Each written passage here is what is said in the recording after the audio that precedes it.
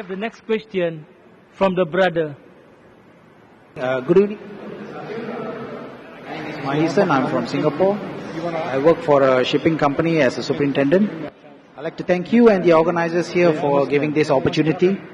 My question is, suppose if only Muslims are sent to heaven immediately after death, before Judgment Day, what will be the position of good non-Muslim souls such as Gandhi and Mother Teresa, who are jihadis in their own rights for their own beliefs?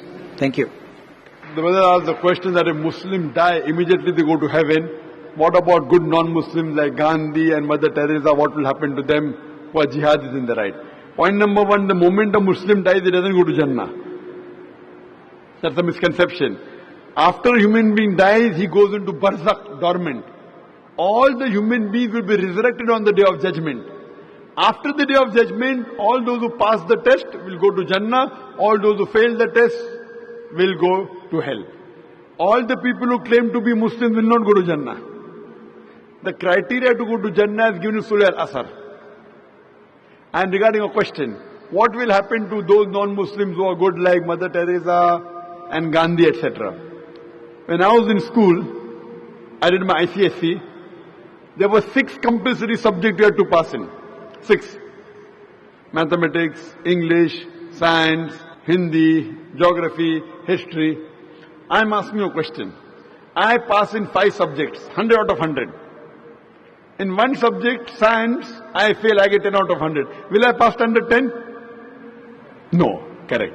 Similarly, to go to Jannah, there are 4 things required according to Surah Al-Asr, chapter number 103, verse number 1 to 3. Wal as innal insana fi khusr illa allazina amanu wa amilu salihati wa tawasaw bil haqq wa tawasaw bis sabr.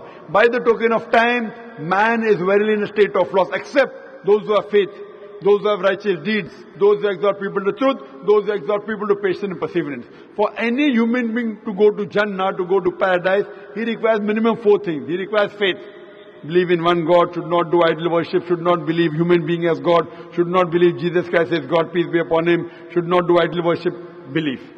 Second is righteous deed, do good deeds. Third is exhorting people to truth. Fourth is exhorting people to patience and perseverance. You talk what will happen to Mother Teresa. As far as my knowledge goes, Mother Teresa was a Christian and she believed Jesus is God. So in Iman, she fails. Even in other 3 she gets 100 out of 100. In Iman she has failed.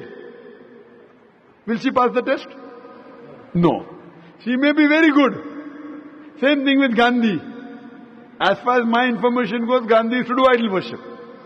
If you have in faith, they fail. Maybe in good deeds they might have got good marks. Maybe. Even if I agree they have got good marks in good deeds, if they fail, because the biggest sin in Islam, according to Surah Nisa chapter 4, verse number 48, and Surah Nisa chapter 4, verse number 116, Allah will forgive any sin if He pleases. But He will never forgive the sin of shirk, associating partners with God. So anyone who associates partners with God, and if he dies as a mushrik, he will never go to Jannah, he will go to hell.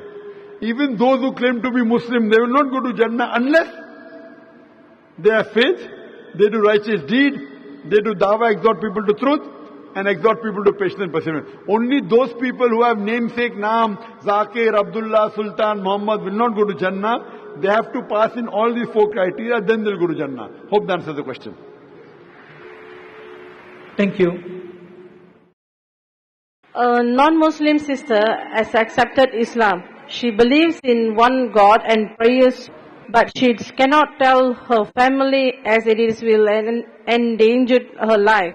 Her family wants her to marry a non-Muslim.